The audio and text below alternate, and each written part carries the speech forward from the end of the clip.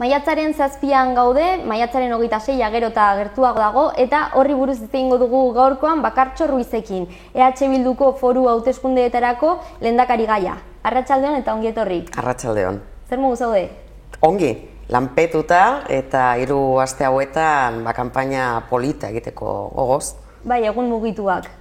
Bai, hoize, baina nik uste mereziko duela. Bai, ilusioarekin. Bai, gainera apirilaren 28an izandako emaitzekin pozik pentsatzen dut. Edo zenolako, bai. Bai, hor puntu gazti-gozto bat gelditu zitzaigun, bazten batean, 500 boto faltatu izan zitzaizkigun belen eskainua lortzeko, baina edozein kasutan, ia 57.000 boto lortu izanak, posizionean uzten gaitu, maiatzeko erronka honi aurre egiteko, eta horrek azken batean 15.000 botoko igoerak badirazten du, EH Bilduk jaso duela nafar jendartearen zati handi baten babesa, konfidantza, eta gora begira jartzen gaitu. Guretzat naturalenak ez diren hauteskunde batzuetan emaitza onak atera baldin baditugu, ia 50%ean igo baldin badugu gure boto kopurua, horrek esan nahi du, eta gu hortaragoaz, ambizio osoz atera gaitezkela maiatzean, aldaketaren espazioan lehenengo indarra izatera. Gainera parte hartzea handia izan zen, albistea izan zen, albistetako bat, orduan jendea atera zen hori bere haien eskubideen praktikan jartzea ez, parte hartu nahi du gizarteak politikan. Hoize, nik uste hauteskunde hauetan bai batzuen eta bai besteen botoa mobilizatu egin dela, aktibatu egin dela. Egia da, Espainiar Estatuan dagoen egoerari begiratzen baldin badiogu, jende askok boza utila edo boza praktikoa bilatu duela, azken batean, eskuinen gorakada hori saiesteko, eta hori neurri batean gertatu da, baina Euskal Herriko emaitzei begiratzen baldin badiegu, eta Nafarroan ere kokatzen baldin badugu, nik uste EH Bilduk hor atera dituen emaitzak eta lortu duen babesak ere adierazten duela EH Bilduri ematen zaion boza badela eskuinak geldiarazteko boza bat, badela hainbat berme ematen dituen boza, eta azken batean esan bezala, uste dute disposizionean uzten gaituela foru eta udal hauteskundei begira. Orokorrean ezkerraren aldea azaldu da gizartea hauteskunde hauetan, eta orain dela 4 urte foru hauteskundeetan ere aldaketa suertatu zen. Bai, nik uste eta kontuan hartuta marko elektoral diferenteak direla, Espainiako hauteskundeetarako jendeak egiten duen hautua beste planteamendu bati begira ere egoten da, eta Espainiar Estatuaren egoerari begira, baina edozein kasutan datuak begiratzen baldin baditugu, garbi dago eskuinaren aldean aldaketaren indarrok irabaz egin dugula. Eta naiz eta aldea egonen den maiatzeko hauteskundei begira, nik uste maiatzean are emaitza hobeak aterako dituela aldaketaren bloke horrek. Hori, foru erkidegoari dagokionez, ze nolako 4 urteak izan dira? Basango nuke 2015an gertatutakoa zerbait historikoa izan zela. Lehenengo aldia izan zen UPN eta PSN ez besteko gehiengo sozial eta politiko zabal bate artikulatzeko aukera izan zela, eta horrek hainbat aukera ireki ditu. Hainbat aukera, erregimen zaharraren politikak iraultzeko, hainbat aukera gobernantza eredu berri bat sustatzeko, gardenagoa, bezerokeria gainditzeko, demokratikoagoa, eta azken batean bizikidetzan ere urratsak emateko.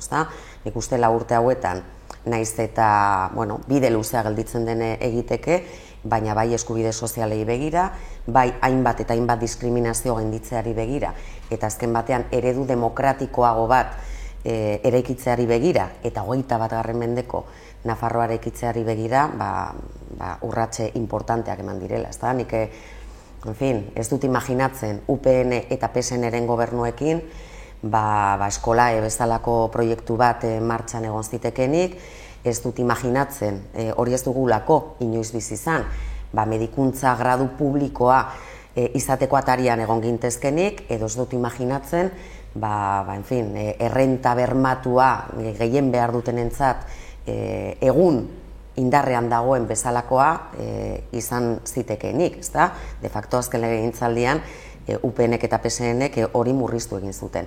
Beraz, iruditzen zait, nafar jendarteak jakingo duela baloratzen, ezberdinen arteko akordioiek izan duten emaitza, ezta? Hori ere, zerbait ineditua izan delako Nafarroan. Hemen ohituta egon gara beti berberek aginduz ezaten, UPN eta PSNren arteko elkarlan eta makulu izate horretara, eta legegintzaldi honetan zerbait demostratu baldin bada, da aldaketaren indarrok elkarrekin lan egiteko, akordioak erdiesteko, naiz eta proiektu politiko oso diferenteak izan, horretarako gaitasuna. Eta horrek, azken batean, nafar jendartearen mesedetan egin duela, eta nafar jendartearen onuran izan dela.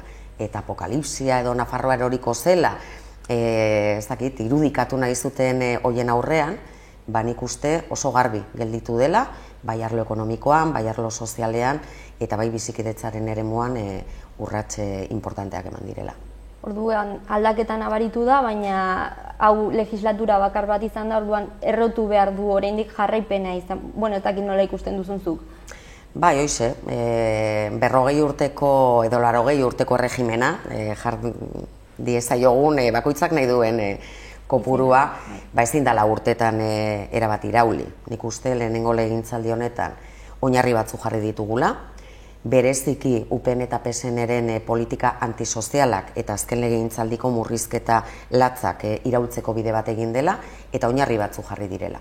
Baina benetan orain aldaketaren bigarren fase bat behar da, eta bigarren fase horretan aldaketan sakontzea izango da helburua.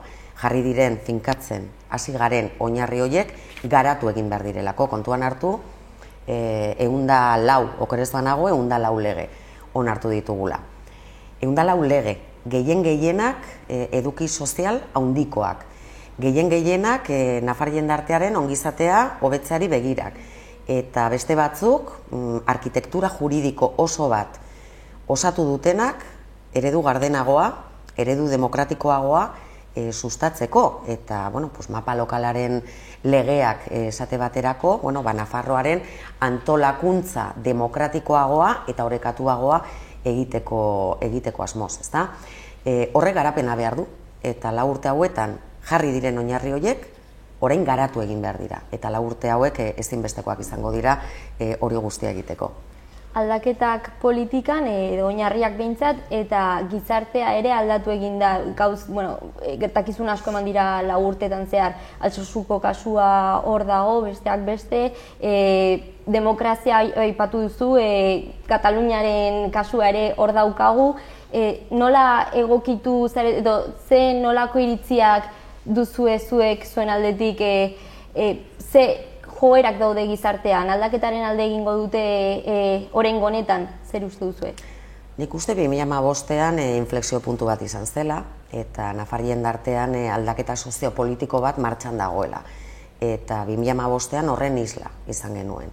Legegintzaldi honetako mobilizazioak ahaztu gabe, baina nik ere gogorekarri nahi ditut, 2015aren aurretik mobilizazioak nolako indarra eragin zuen, eta nolako bultzada eman zion gero hautesontzietan ikusi zen gehiengo politikoari. Azken batean, gehiengo sozial bat eratzen joan zen, jendea murrizketen kontra, privatizazioen kontra, ustelkeriaren kontra, eta bestelako eredu baten alde, hizkuntza eskubideen alde, demokraziaren alde mobilizatu zen.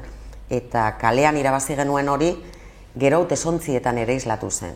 Nik konbentzituta nago, orain 2019an ere, horrek izango duela jarraipena. Nik uste, zailtasunak zailtasun, eta horiek ere ezin ditugu bazter utzi, aldaketaren blokea heterogeneoa da, anitza da, eta zailtasunak izan ditugu. Baina nik ere alderdi mobilizatzaileari begira iruditzen zait, nafar jendarteak legegintzaldi honetan erakutsi duela, jarraitzen duela izaten aldaketaren indarra. Injustizien kontra atera gara kalera, bai Altsasuko kasuarekin, bai indarkeria matxistaren aurka, San Ferminetako bortxaketaren epaiaren arira esate baterako, pensionista kalean izan ditugu, borroka feministak izugarrizko bultzada izan du, eta olatu guzti horiek dira aldaketa bultzatzen dutenak, eta niko mentzituta nago, zailtasunak zailtasun, eta badakigu ez dela erresa, baina aldaketak jarrai dezan, badagoela nahikoa indar, eta badagoela nahikoa borondate sozial. Generoen arteko desberdintasunarei dagokionez, berdintasun legea aitzindaria onartu da ere legislatura honetan. Berdintasunaren eremuan oro har izugarrizko urratsa eman dela iruditzen zait. Ez bakarrik herrialdeko politikari begira, edo Nafar gobernuari begira, baizik eta udal askotan ere. Nik Iruñeko udala ere aipatu nahi dut, iruditzen zaite aitzindaria izan dela emakumeon kontrako indarkeriaren protokoloak aplikatzerakoan eta politika publikoak egiterakoan. Eta Nafar gobernuari dagokionez, nik bi lege azpimarratuko nituzke. Bai LGTB personen eskubide sozialak eta berdintasunerako eskubidea bermatzeko legea, hori aurretik onartu zelako, eta orain legegintzaldiaren ondarretan emakume eta gizonen arteko berdintasun legea. Iruditzen zait, biak ala biak direla, benetan aitzindariak, eskubideak bermatu egiten dituzte, orain garapena izan behar dute, eta legeak aitortzen dizkigun eremu guztietan gainera, jendartearen eta administrazioaren eremu guztietan aitortzen dituen eskubide horiek gauzagarri egin behar direla. Gauzagarri egin behar direla indarkeria matxistaren legearekin egin den bezala. Legegintzaldi honetan ere, aurreko legegintzaldiaren ondarretan onartu zen indarkeriaren kontrako lege hori garatu eginda. Kriston prozesu parte hartzaile eginda, 2 urte luzez, eta ekintza plan zehatz bat daukagu. Bi lege hauekin ere, ekintza plan horiek egin behar dira, eta azken batean horrek eskubideak bermatzeaz gain, lortu behar du jendartean dagoen magma hori guztia, jendartean dagoen borondate hori, kontzientzia sozial horrek bide zehatzak izatea benetako berdintasuna lortze aldera. Eta hor, bai enpleguan, bai hezkuntzan lehen eskola aipatzen nuen, irutzen zait hezkidetzan urratsak ematen jarraitzea, eta heziketa afektibo-sexual egokia izatea, personen arteko berdintasuna, tratu ona, sustatzea txiki-txikitatik, eta eskolaek hori planteatzen du, 0 urtetik abiatuta horrek izango duela giltza, bazken batean jendarte demokratikoagoa eta berdintzaileagoa osatzeko. Ahaldundu nahi duzuen beste kolektibo bat ere gazteak dira. Hoize, gazteek erakutsi digute, urte luzez, gazteek ez dutela soilik etorkizuna islatzen, baizik eta gazteak ditugula oraina bera, ezta? Gazteek azken urteetan izugarrizko zailtasunak izan dituzte, bai enpleguari dagokionez, bai hainbat ikasketa egiteko aukerari dagokionez, eta benetan bizitza duina eta bizitza independiente izateko etxe bizitzaren gaia ere ezinbestekoa da jorratzea. Orduan, nik uste legegintzaldi honetan urrats batzuk eman direla, basate baterako etxe bizitza arloan emantzipaziorako, diru laguntza batzuk jarri dira martxan, eta horrek eredu sozial diferente bat eraikitzeko helburua dauka, segurazki ez da nahikoa izango, baina urrats bat da. Eta gero, basate baterako beken sistema ere aldatu da, demokratikoagoa bilakatzeko, inor ez adin gelditu ikasi gabe, edo ikasi nahi duen ikasi gabe, bere familiak daukalako horretarako baliabide ekonomiko nahikorik, ezta? Eta alduntzea, espazio autogestionatuen kudeaketan ere, ezta? Gaztetxe pila bat sortu dira legegintzaldi honetan, udal askok sinatu dituzte hitzarmenak eta bultzatu eta babestu egin dituzten hainbat kudeaketa autogestionatu diferenteak, eta bide horretan ere sakontzen jarraitu behar dugu. Bai. Orduan, hezkuntza aipatu duzu, feminismoa, gazteak hezkuntzan ere esan duzu medikuntza orain ikasketak publikoan daude, eta sistema ekonomiko sozialari dagokionez ere, jasangarritasunaren alde egiten duzue. Bai, iruditzen zait, oraindik benetan bide luzea daukagula eremu honetan, eta politika publikoak berpentsatzea eskatzen duela. Jasangarritasuna ez da toten bat, baizik eta benetan politika publiko guztiek izan behar duten hortze muga da.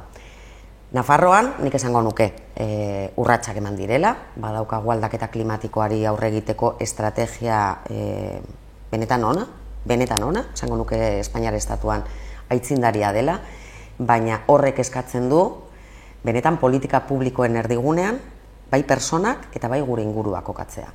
Orduan, niri atentzioa ematen dit, esate baterako, aldaketaren esparruan ere, bastakit jasangarritasuna hauan izan, eta gero HT bezalako proiektu erraldoiak eta ingurugiroa suntsitzen dutenak defendatu alizatea. Nik hori benetan ez dut ulertzen, eta uste dute inori etzaiola buruan sartzen. Iruditzen zaite ingurugiroa zaintzea ez dela soilik inpaktu txostenak egitea, baizik eta benetan gure eredu sozioekonomikoan eragina daukaten erabaki guztiak horri begira planteatzea.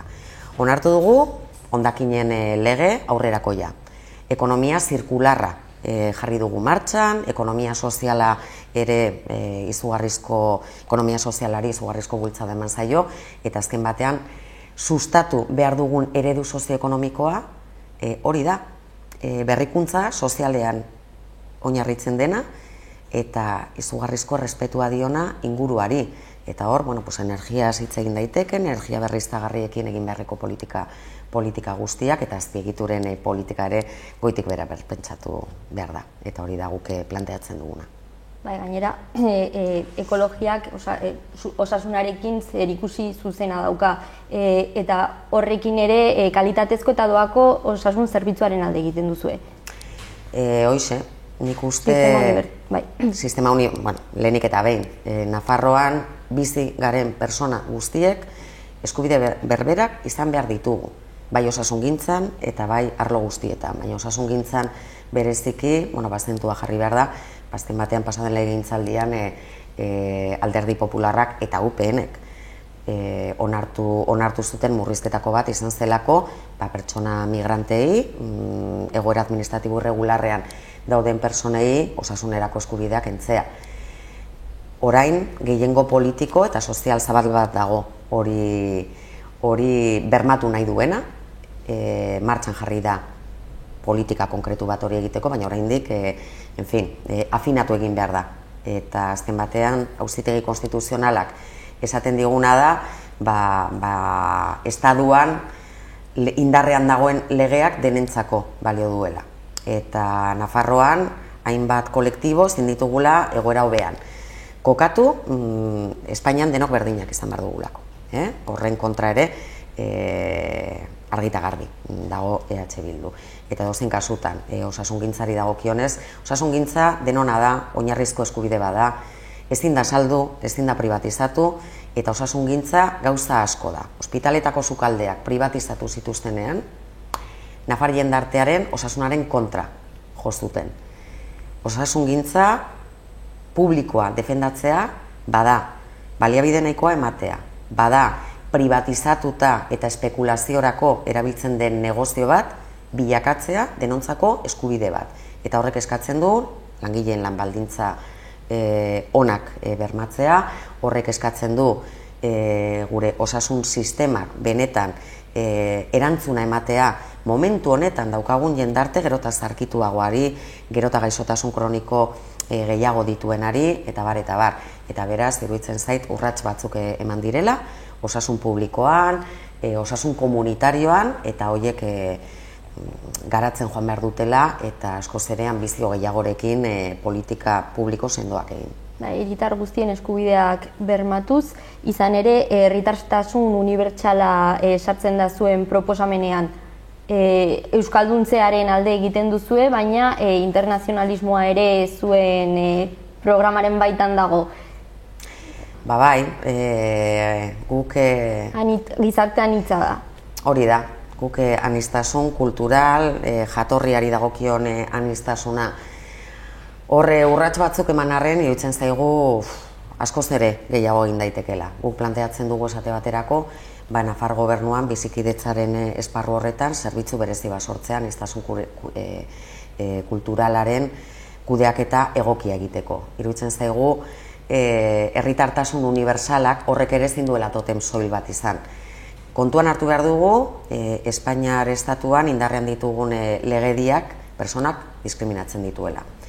Ley de extranjeria delakoa, atzerritar legea, oraindik ere indarrean daude kontzertinak, Zeutan, Melillan, Mediterraneoan jendea hiltzen ari da, eta estaduen politika hori gaindituko duen bestelako politika propioak behar ditugu.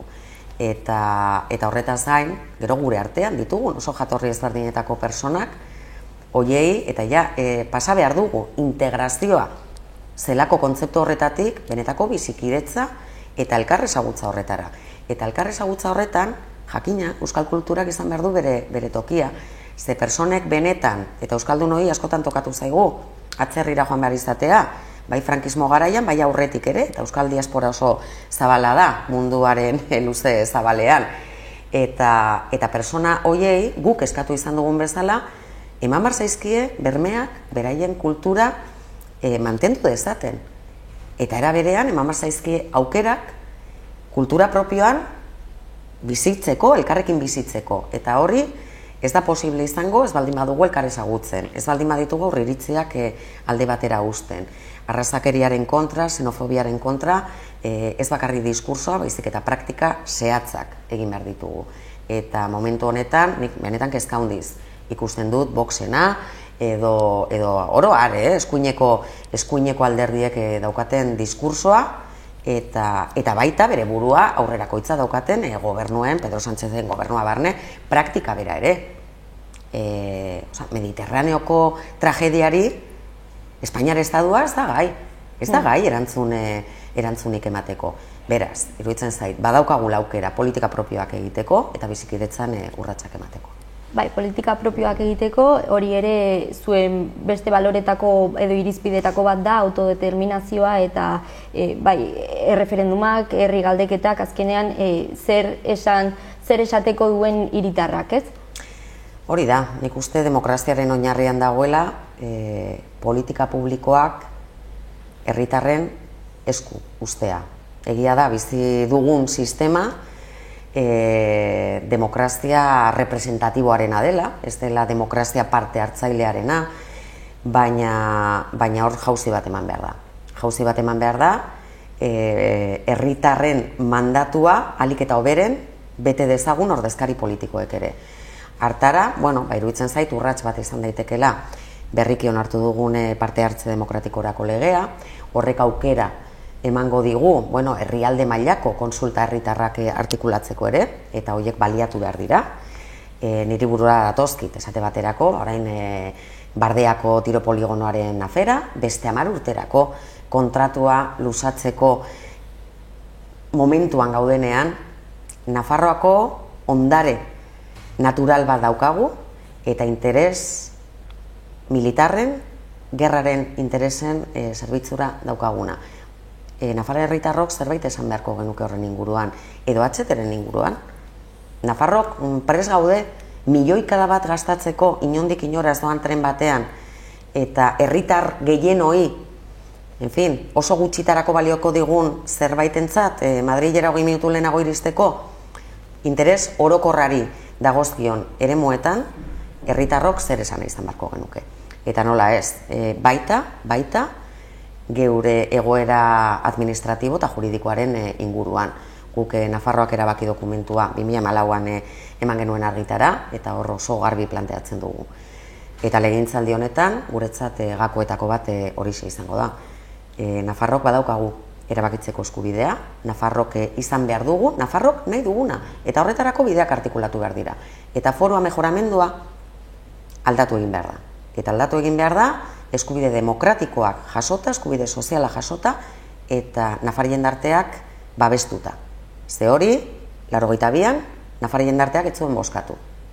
Zeutakoa eta Nafarrokoa izan ziren 2 autonomia estatuto bakarrak, Espainiar estatuan bozkatzera eraman ez zirenak. Eta hori ez da posible. Egun indarrean daukagun eredu administratibo eta juridikoa Nafarrok ez dugu erabaki. Eskubide demokratikoak eta ere mai gaineratzen duzue konponbide demokratikoak gatazka politikorako. Hori da, aste honetan bete da urte bete, etaren desegitea gauzatu zenetik. Nik uste, azken urtetan hainbat aukera ireki direla bakea benetan eraikitzeko, ze bakea askotan ez da indarkeria eza, bakea indarkeria eza, baina askoz ere gehiago da. Eta etak bere jardun armatua eta indarkeria alde batera ustearekin, eta horrek ja urte batzuk baditu, ireki dira aukera batzuk bizikidetzarako, ireki dira aukera batzuk konsensu zabalak erdiesteko, baina ez dezagun ahaztu, oraindik gatazkaren konponbiderako hainbat elementu gelditzen direla, eta hainbat ondorio gelditzen direla konpontzeko. Preso nagusia hor dago, preso nagusiak behar du konponbide demokratiko bat, ez da posible 200 gora preso izatea etxetik 100 kilometrora, ez da posible oraindik ere indarrean egotea salbuespeneko espetxe politika, biktimekin ere lanketa bat egin behar da, jakina, baina horrek ere eskatzen du biktima guztien aitortza eta reparazioa. Eta horretan ere kontziente izan behar dugu, biktima batzuek ez daukatela aitortza ofizialik, etengabe ari direla estadutik hemen ematen ditugun urrats guztiak atzera botatzen, konstituzionalak ja lege bat indargabetu zigun, berriki onartu dugu beste bat, ze hemen indarkeria etak baliatu du, baina estaduak ere baliatu du. Eta hemen ez da posible momentu honetan tortura pairatu duten herritarrak aitortzea. Ez da posible, hori ikertzeare, ez da posible. Txostenak egitea, torturak Euskal Herrian eta bereziki Nafarroan, kasu honetan, izan duen dimensioa aztertzeko. Epaitegiek eta estaduko botere faktikoek alfombrazpian gorde nahi duten errealitate bada.